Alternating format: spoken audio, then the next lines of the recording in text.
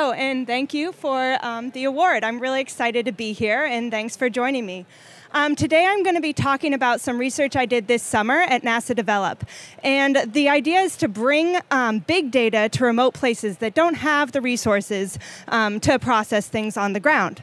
And specifically, we'll be looking at coral reefs.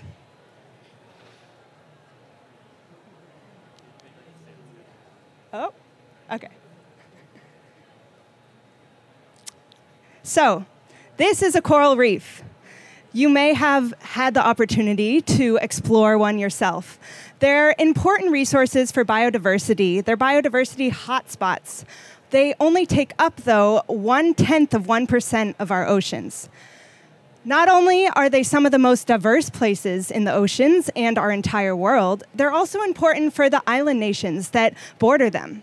They bring important food as well as resources for diving and tourism.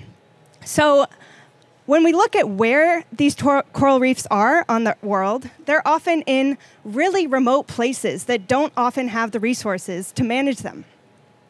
So today we'll be looking at the coral reefs off of the US Virgin Islands, which are in the Caribbean Ocean.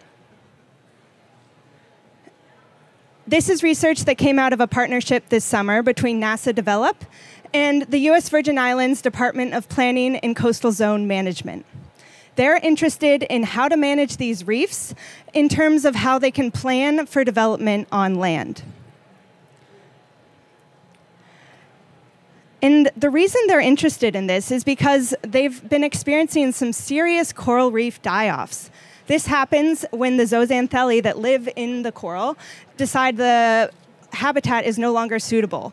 And this can be from a variety of reasons. And the ones you've probably heard about is climate change, warmer temperatures, and ocean acidification. However, there's also an important link between these coastal ecosystems and what we experience on land.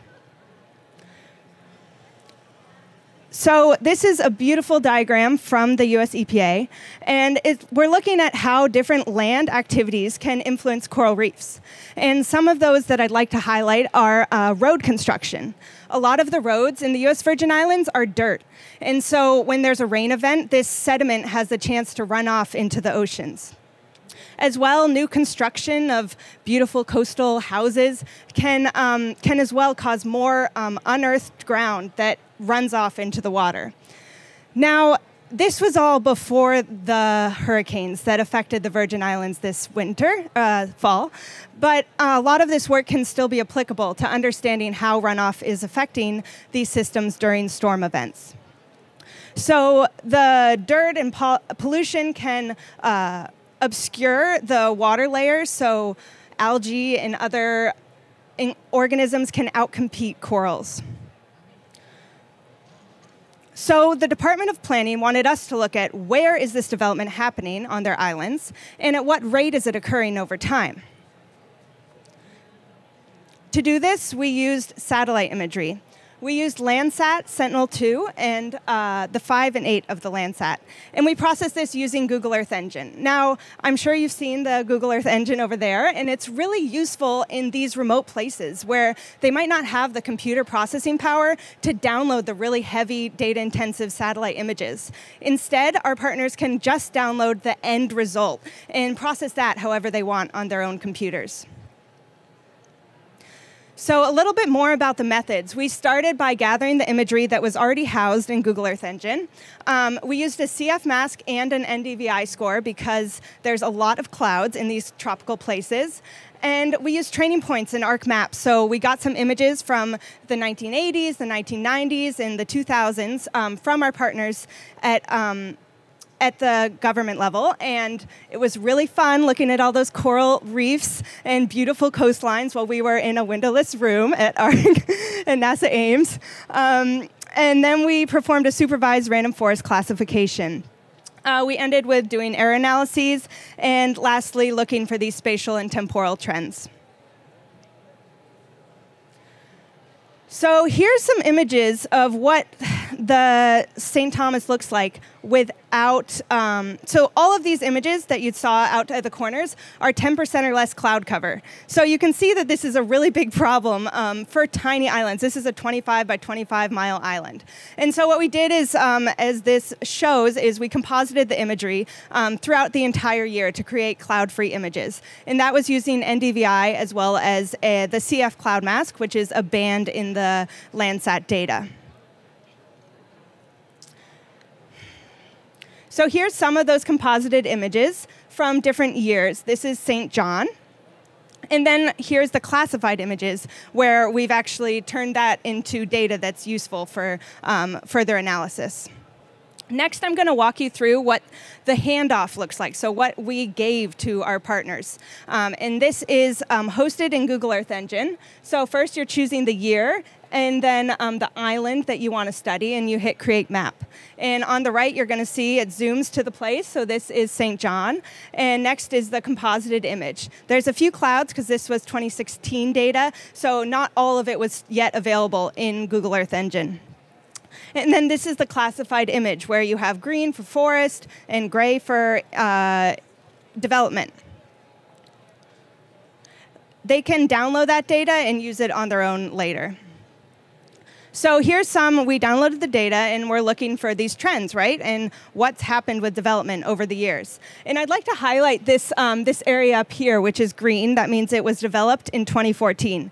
And when you look over here, we can see that actually within 2014, that changed from a forested area to a solar farm. So it was really cool to not only use our error analyses, but also see this development actually occurring on the ground. You can also see from this that a lot of the development is, of course, happening near the coastlines. Now, we can also look at this over the entire island scale. And here in the white color is a national park, which is a beautiful and awesome thing to have on a tropical island. However, we can also see that this is pushing development into smaller and smaller areas. So all the purple pixels represent new development by year. And often it's occurring right over here and on the west side of the island. So that's also a problem for the coral reefs that occur off the coastlines there. So this is a pretty simple analysis. It's something that you can run with having your own on-the-ground data to look at.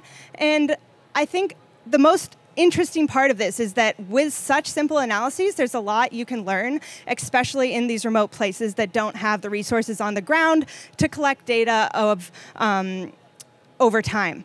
And so we're just looking at a few different ways this data could be used. And I'd like to highlight the total watershed management, which is a new emerging field of managing resources not by the river, but by the entire watershed that they're a part of.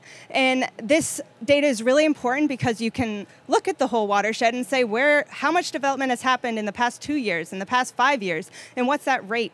And so I think that's the most important part of this work, is that with very simple analyses, we can provide really important resources for places that don't have that on the ground.